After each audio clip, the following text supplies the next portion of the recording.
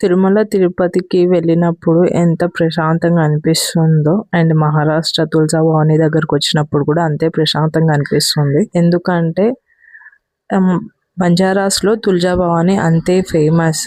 తిరుపతి అంత ఫేమస్. ఏ కోరికైనా తొందరగా నెరవేరుతది అని బాగా నమ్ముతాం మేము. ఎర్లీ మార్నింగ్ 10:00కి దర్శనం అయింది మేము. అర్చన చేపించుకున్నాము. మీరెవరైనా వెళ్ళాలనుకుంటే జస్ట్ కామెంట్ మీ. నేను కామెంట్ చేయండి. అయ్యగారి నెంబర్ కూడా నేను పిన్ చేస్తాను. దసరా టైం అక్టోబర్‌లో చాలా రష్ ఉంటుంది. లోపలికి అడుగు పెట్టే ప్లేస్ కూడా ఉండదు అని అక్కడ అయ్యగారు మాకు చెప్పారు. ఈ డిసెంబర్ టైంలో కాబట్టి అంత రష్ ఏం లేకుండే. ఒక హాఫ్ అన్ అవర్‌లో అయిపోయింది. దర్శనం అయిపోయింది. టైంలో అమ్మవారు పడుకొని ఉంటారు.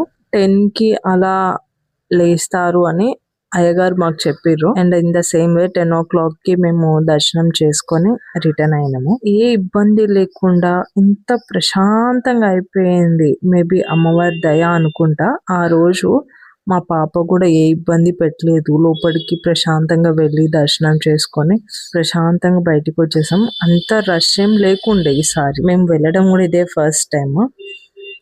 తెలియకుండా వెళ్తే మాత్రము అక్కడ అయ్యగారు వాళ్ళు కొంచెం ఎక్కువ డిమాండ్ చేస్తారు.